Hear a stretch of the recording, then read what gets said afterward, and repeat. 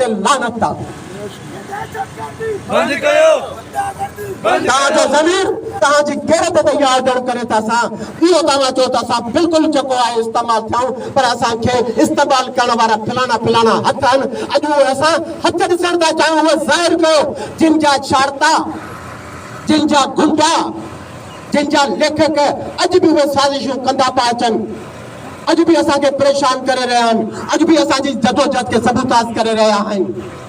उहे यादि रखो ॿुधी छॾियो तव्हां छाड़तो तव्हां हिते मुख़्तलिफ़ जेको आहे रूपनि में चओ था त कॾहिं साफ़ जे रूप में कॾहिं जेको हमदर्दनि जे रूप में हितां अची करे तव्हां वञी जॾहिं पंहिंजनि उन्हनि वॾनि वटि ऐं दलालपन जी तव्हां वञो था उते वञी ॿुधायो था त हीअं थो थिए सम्झदारो असां त तव्हां कयो बि कुझु कोन्हे को अनकरीब असां फातिहा ज़रूरु थींदासीं पर तव्हां जेके सिंधी क़ौम जे अॻियां नंगा पुछड़ा लानतुनि जा हक़दार थींदो इहा सदियुनि ताईं तव्हांजे मथां उहा लानतूं रहंदियूं। उन लानतुनि खां बचणु चाहियो था त पंहिंजी इन बेहूदा ज़बान पंहिंजी जेको आहे गदियुनि लिखड़ियुनि खे जेको आहे ॿुजोड़ियो।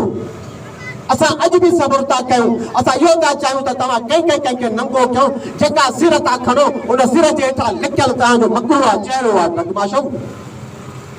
इन करे असां सभिनी खे तबी था कयूं। असां हिकिड़ी नंढी गुज़ारिश सीएम खे बि चऊं था त असां सां इंसाफ़ थियणु खपे।